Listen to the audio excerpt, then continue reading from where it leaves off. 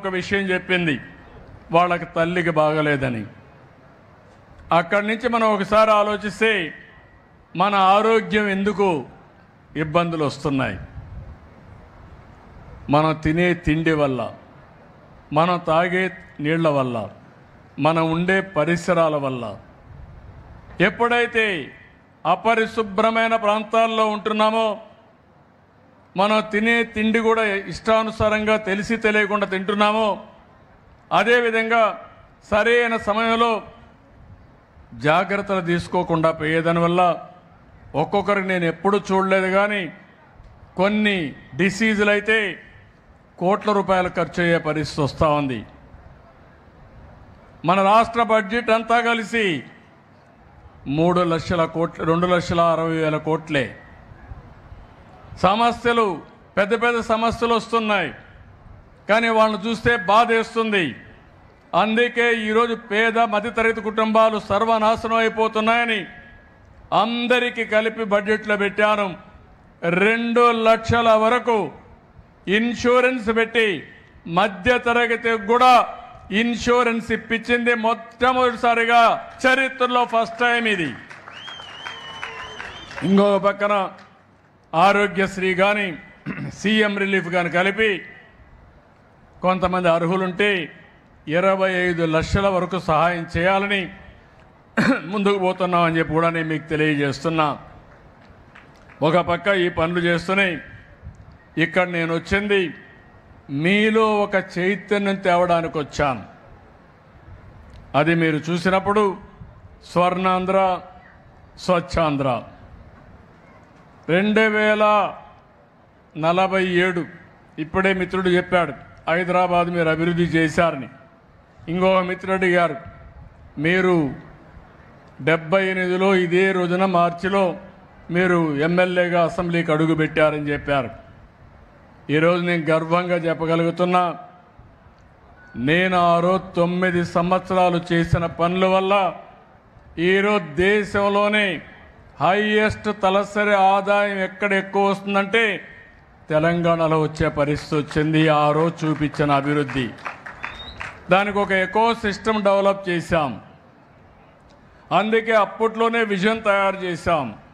ఇప్పుడు కూడా నేను ఒక విజన్ తయారు చేశాను. స్వర్ణాంధ్ర 2047 ఏదో 2047కి ఎట్టుంటుందో నేను చెప్పడం కాదు. ప్రతి సంవత్సరం మీ జీవితాల్లో మార్పు వచ్చిందా లేదా, మీ తలసరి ఆదాయం పెరిగిందా లేదా అనే దానికి ఒక స్పష్టమైన విధానం తీసుకున్నా. రాష్ట్రంలో ఏ విధంగా ఉండాలి, ఈరోజు 25-26కు వచ్చాం, 24-25 అయ్యింది. మీ తలసరి ఆదాయం చూస్తే 2,60,000 సుమారుగా ఉంది. కానీ ఇంకో పక్కన చూస్తే దక్షిణ భారతదేశంలో తక్కువ తలసరి ఆదాయం వచ్చే రాష్ట్రం మనది. దీనికి కారణం 5 సంవత్సరాల్లో ఈ రాష్ట్రంలో అభివృద్ధికి నోచుకోలేదు. ఇప్పుడే మీ ఎమ్మెల్యే చెప్పాడు. కడాన తణుకులో మీరు చూస్తే ఏవైతే ఇప్పుడే నేను చూసుకుంటూ వచ్చాను, మురికి కాలువలు 5 ఏళ్ళు మట్టి తీయలేదు, బాగా మట్టి కూడా కాంక్రీట్ అయిపోయింది. మామూలుగా తీస్తే వచ్చే పరిస్థితి ఇది గట్టిపడిపోయింది. దాన్ని ఎందుకు తీయలేదంటే 6 నెలలు పడుతుందని మా నారాయణ గారు మేము సర్వశక్తులు ఒడ్డుతున్నాం, ఈ సమస్య పడుతుందని. ఈరోజు మీరు చూస్తే వారసత్వంగా 85 లక్షల మెట్రిక్ టన్నులు చెత్త రోడ్ల మీద పెట్టి వెళ్ళిపోయారు. అది తీయాలంటే ఇంకా ఒక 4-5 నెలలు పడుతుంది. అక్టోబర్ వరకు ఈ పని అయ్యే పరిస్థితి వస్తుంది. అందుకే నేను మిమ్మల్ని అందరినీ కోరుతున్నాను, ఈరోజు స్వచ్ఛ ఆంధ్రప్రదేశ్ కోసం మీరందరూ కూడా కంకణం కట్టుకొని పనిచేయాల్సిన అవసరం ఉంది. స్వచ్ఛత, పరిశుభ్రత, పర్యావరణ పరిరక్షణ కోసం మనందరం ఇంకొక ఉద్యమం చేయాలి. ఒక పక్క స్వర్ణాంధ్ర కోసం మనం ఉద్యమం చేస్తూనే స్వచ్ఛాంధ్ర కోసం మనం ఒక ఉద్యమాన్ని చేయాల్సిన అవసరం ఉందని చెప్పి కూడా నేను మీకు తెలియజేస్తున్నా.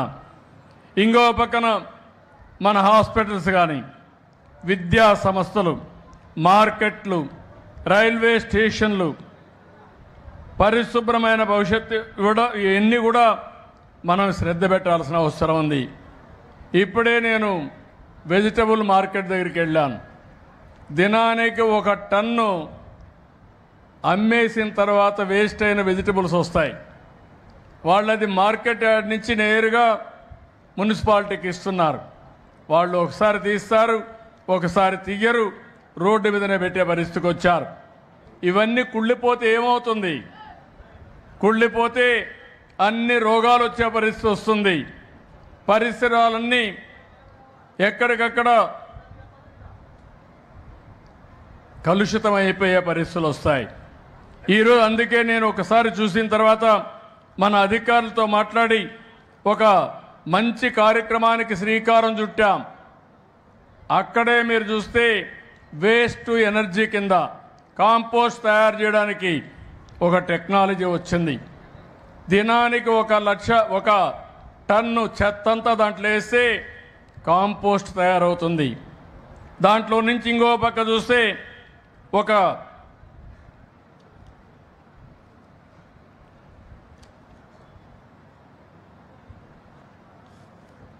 ఇది మీరు చూసినప్పుడు బయోడైజెస్టర్ అనే పేరుతో 10 లక్షల రూపాయలు ఖర్చు పెడితే ఆ 10 లక్షల రూపాయలు అక్కడ ఇన్స్టాల్ చేస్తే దినానికి 1 టన్ను కన్వర్ట్ చేసే పరిస్థితి వస్తుంది. దీనికి ఇనోకులం మనకి ఒక మెటీరియల్ వేస్తే 2,000 రూపాయలు రోజుకు అవుతుంది. అంటే 25 రోజులకు 50,000 అవుతుంది. కూలి కూడా ఒక 15,000 అవుతుంది. 65,000 ఖర్చు పెట్టాలి. ఇందులో 1/3 33% ఎక్కడికక్కడ మీరు చూస్తే మనకు కాంపోస్ట్ ఎరువు వస్తుంది. ఇది అమ్మితే దగ్గర 1,17,000 రూపాయల ఆదాయం వచ్చే పరిస్థితి వస్తుంది. ఇది కాకుండా దాంట్లో నుంచి లెక్సిట్ అని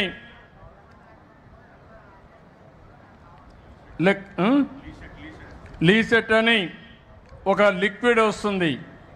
ఇది మన చెట్లకు కొడితే ఏవైతే ఈరోజు వచ్చే రోగాలన్నీ కంట్రోల్ చేస్తుంది. ఇది కూడా 26 లీటర్లు వస్తుంది. 650 రూపాయల రేటు ఉంది. 50 రూపాయలకు అమ్మినా 32,500 రూపాయలు వస్తుంది. దీన్ని వర్కౌట్ చేయమన్నా ఒక ప్రయోగంగా ఈ యొక్క వెజిటబుల్ మార్కెట్ దగ్గర పెడతారు. ఇక్కడ సక్సెస్ అయితే ప్రతి ఒక్కది ఇక్కడ పెట్టే పరిస్థితి వస్తుందని చెప్పి కూడా నేను మీకు తెలియజేస్తున్నా. ఈరోజే నేను ఒక కాలనీకి వెళ్ళాను. మీ పార్కు చూశాను.